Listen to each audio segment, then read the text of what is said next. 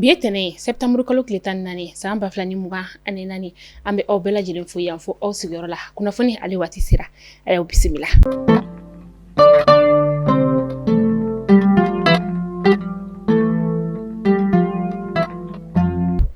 Kunnafoni daminɛ bi I n'a fɔ ladala ko fɛn min ye an ka fintigilakaw ka kunnafoni diso ye ale bɛ kunnafonidilaw ni ka olu wele ka se ka kunnafoni jɛlen ni ka u da kunnafonidilaw olu kulo kan walasa ka se ka kunnafoniyaw ni ka olu sɔrɔ an ka fintigilakaw ka lahalaya o la o de hukumu kɔnɔna la bi tɛnɛ septembre kalo tile 14 san 2024 diripa maaw ye kunnafonidilaw ni ka olu wele ka ɲɛfɔli kɛ fɛn min ye bingani wale min ni a kɛra an ka faba ale kɔnɔna la yanno septembre kalo tile 15 san 2024 ani an ka fintigilakaw ye u kundali min kɛ Tinzawatène ale kɔnɔna kan fintigilakaw taara yen nɔ ɲɛfɔli kɔni kɛra diripa ɲɛma ale fɛ ni o ye colonel major Sulemana Dambele aw ni an ka jɛ ni ka ka bi kɔrɔfɔw ka olu lamɛn ni ye jateminɛ kɛ kalo tɛmɛnen na jatigɛwale mɔgɔw ma attaque caman kɛ kɔrɔnfɛya la parce que u ma se ka attaque kɛ gɛrɛndɛ b'u ka kɔrɔnfɛla la donc pour que ko o gɛrɛndɛ b'u kan u bɛ ka essayer cogo bɛɛ la ka attaque kɛ sud la pour que k'aw ka finitigilakaw hakili suɲɛ u ka boli ka taa u ka boli ka na k'u bɛ sud lamakaran u ka boli k'u bɛna Kaɲakan ou bien Worodugu lakana donc mɔgɔ gansan tɛ se k'o faamu mais an ka faamuyali y'an bila yɔrɔ min na c'est que jatigɛwale mɔgɔ ninnu tellement que gɛrɛndɛ b'u kan kɔrɔn fɛ u b'a fɛ ka na gɛrɛndɛ siri Kilebi ni Worodugu pour que an ka finitigilakaw ka boli ka na k'u bɛna o fana lakana mais o faamuyalen don an bɛ ka gɛrɛndɛ mun siri kɔrɔnfɛla la an bɛ continuer k'o gɛrɛndɛ siri mais an kan ka baara mun fana kɛ Worodugu ni Kaɲaka an b'o fana baara kɛ k'o bolose o caman de y'a essayer k'u bɛ Bɛri kan attaquer donc Bɛri yɛrɛ dɔrɔn na kan attaquer la mɔgɔ 20 de taɲana ye an ye dankari k'u ka mɔgɔ 20 na o kɔfɛ an ka finitigila ɲɛmɔgɔ mun bɔla Tombouctou ka taa sira fɛ ka taa se bɛɛ o segibatɔ fana ko k'u bɛ dankari k'o la an b'a fɔ mun ma embuscade o embuscade fana kɔnɔna na an ye aw ka finitigilakaw ye dankari kɛ mɔgɔ 50 de la o embuscade kɔnɔna na mais n'i ye jateminɛ kɛ a kɛla Bɛri ye o a kɛla Bɛri ni Tombouctou embuscade ye o a kɛla Bamako ye o a kɛla yɔrɔ fɛn fɛn an ye jateminɛ kɛ k'a fɔ sisan jatigɛwale mɔgɔ ninnu dɛsɛla u bɛ ka taa denmisɛnninw de nɔfɛ i bɛ taa sɔrɔ sifinakaninw de don mɛlɛkɛninw de don u b'olu de ta k'olu enrôler k'olu bila kɛlɛ in na 17 septembre attaque terroriste expliqué ani Tinzawatène kɔsa in na sɔrɔdasiw ka taabolo mun ye double attaque no attaque fila minnu kɛla septembre kalo tile 17 Bamako kɔnɔ yan n'a kɛla gendarmew ka kalanso ani aéroport fan dɔ a sɔrɔla kuma dɔ la u jama firila ka na Bamako jama caman nana Bamako donc an tɛna an da don k'a fɛsɛfɛsɛ kosɛbɛ mais o hukumu kɔnɔna na pour que gɛrɛndɛ kana kɛ kojugu donc jama nana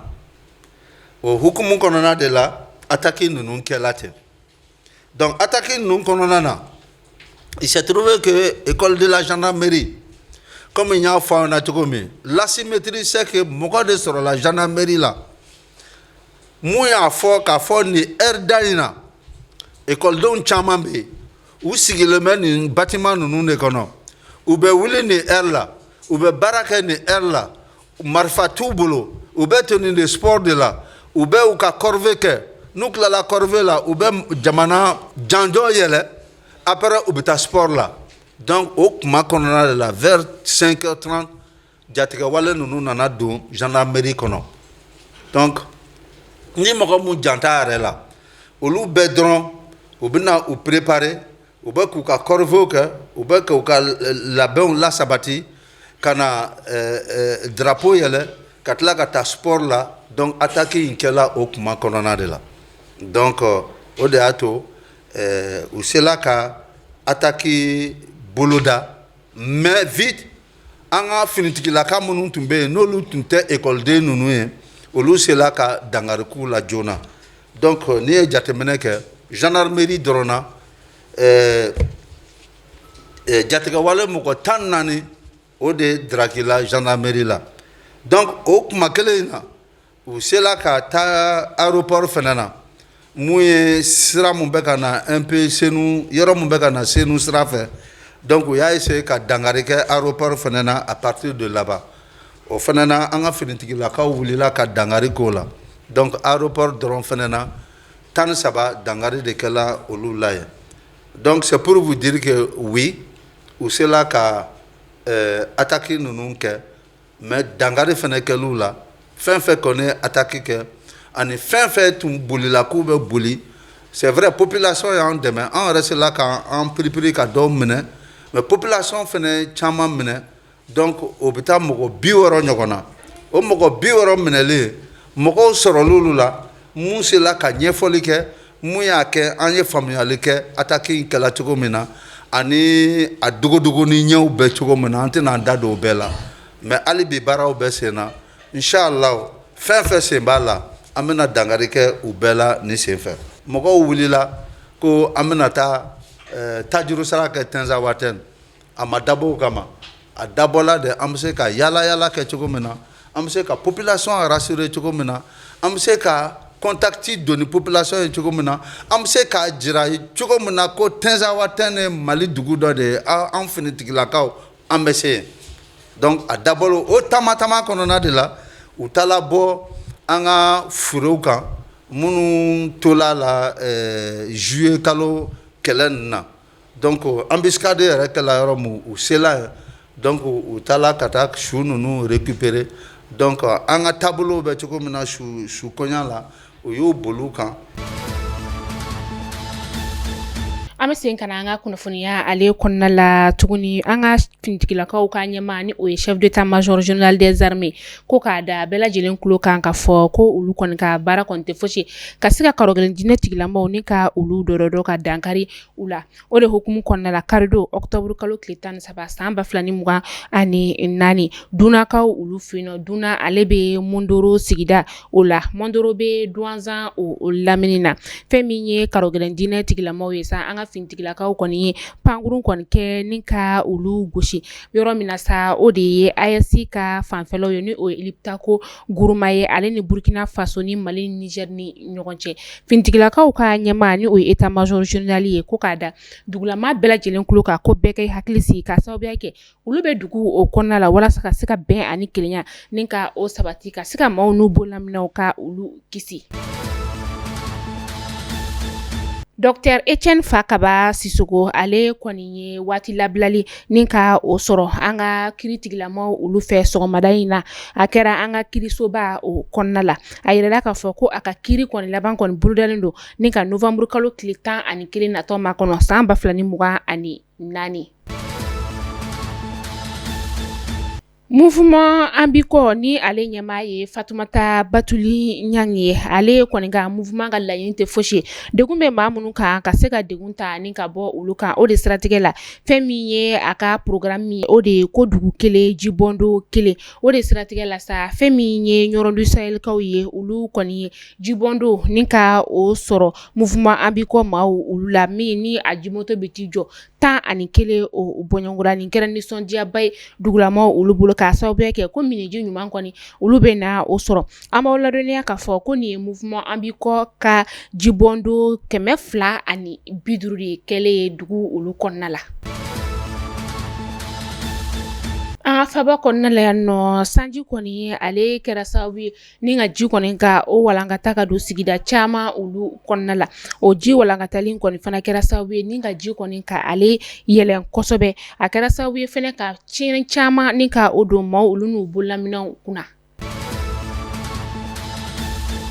An bɛ taa sanakɔrɔbakaw olu fɛ yen nɔ sibiridenw nɛgɛ kanɲɛ 11 o wagati bolimafɛn dɔ kɔni ni ale ye kamiyon ye k'ale to boli cɛjugu kɔni na sa a y'a boli sira kɔni ni ka o de bila ka na don magasin dɔ kɔni o la a n'a maa minnu kun sigilen bɛ a da la nin waleyajugu in kɔni ale kɛra sababu ye ni ka magasin in kɔni n'a kɔnɔminɛn bɛɛ lajɛlen ka olu tiɲɛ maa dɔ yɛrɛ kɔni tun bɛ ni ale tun bɛ bolimafɛn sen fila la ni o ye moto ye ale de kɔni ni tora a la maa minnu bɛ yen nɔ ni olu joginna olu ta ni ka taga n'olu ye lapitaniso la teliya la ni ne b'a yira k'a fɔ ko sirabakan kasara kɔni ale bɛ se ka na sanga a n'a ka wagati maa minnu bɛ yen nɔ ni olu ka feerew kɔni ɲɛsinnen bɛ sirada kɛrɛfɛlaw olu ma sirabakan kasara ale bɛ se ka na sanga n'a ka wagati an bɛ dugawu kɛ ala k'an kisi a ɲɔgɔnna wɛrɛ ma.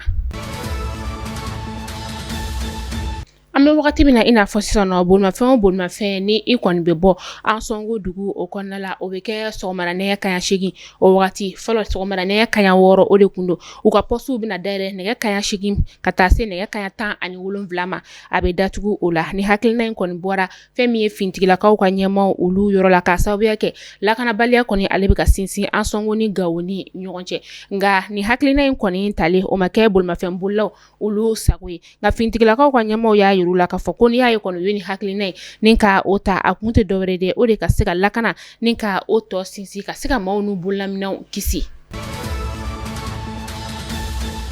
An b'aw ladɔnniya k'a fɔ ko fɛn min ye Madame Tarawele Mariama Sisogo ye ale kɔni kɛra musow olu ka ɲɛmaa ye an ka jamana kɔnɔna la yan nɔ san 1960 ka na se san 1991 ma a furukɛ bɛrɛ yɛrɛ kɔni o kɛrɛfɛ ni o ye général la Musa Tarawele ye Mariama Sisogo ale bangera novembre kalo tile 4 san 1944 kitakaw olu fɛ yen nɔ a kɔni ye a bolo nɔ ni ka o bila an ka jamana ale kɔnɔna la yan nɔ an bɛ dugawu kɛ ala ka baarabara nali nɔgɔya an ka banbagatɔw bɛɛ ye k'an yɛrɛ ɲa k'an ta doni ne ka o makɔnɔ. An bɛ taa kɔkan kibaru la yanni an ka kunnafoniya ani ka o datugu an bɛ taa Laginɛkaw ka jamana o kɔnɔna la Laginɛ jamana minisiri bɛɛ lajɛlen balilen don ni ka bɔ u ka jamana ale kɔnɔna la ka taa jamana o kɔ kan min ni u ka jamana ɲɛma ni o ye Mamadi Dunbiya ye ale kɔni ye nin kunnafoniya ni ka o cari a ka gouvernement ka sira o fɛ a y'a yira k'a fɔ ko u si tɛna voyager ka bɔ u ka jamana kɔnɔna la fo décembre kalo tile 31 san 2024. An bɛ taa Camerounkaw fɛ yen nɔ Cameroun jamana ɲɛmaa ni o ye Paul Biya ye n'ale si bɛ t'i jɔ san 91 na a kɔni bɛ fanga la a bɛ san 42 bɔ bi a kɔni ma ye kɛnɛ kan a bɛ tile 45 bɔ o de sira la sa fɛn min ye fanga sinamatɔn maaw ye olu kɔni y'a jira k'a fɔ ko jamana ɲɛmaa yɛrɛ kɔni ale tanyana hali n'o y'a sɔrɔ gouvernement maaw olu bɔra ka nin kuma in kɔni ni ka ale galontigiya ka tila tuguni k'a bali k'a fɔ ko fɛn o fɛn ye u ka jamana ɲɛmaa ka lahalaya ye ni o ye kɛnɛya sira ye u tɛ fɛ k'a ye jabaraso la u tɛ fɛ ka maa si ye ka kuma a siraw olu ka bɔlɔlɔsiraw kana la. Ka kunnafoni datuguni Brésil jamana ale kɔnɔna ye sanjiba o de kɔni nana ka a kun cɛ ni sanfiɲɛba kɔni fɛnɛ ye min n'a kɛra sababu ye ka maa 8 ka olu bɔnɛ u ni na dɔgɔkun laban yɛrɛ o kɔnɔna la fɛn min ye maa 1,000,000 bɔɲɔngo de fɛnɛ bɛ yen nɔ minnu ni olu kɔni balila courant yɛrɛ kɔni o la ni courant tɛ olu ka bolo kan Sao Paulokaw olu fɛ yen nɔ. Mali kunnafoni jabaranin lajɛbaw aw kulo garizɛgɛ kɛra nin kunnafoni damadama de bi ni k'a da aw kulo kan aw ni ce aw ka lamɛnni ko ɲuman na aw k'an bɛn sini inshallah kunnafoni kuraw olu kɛnɛ kan.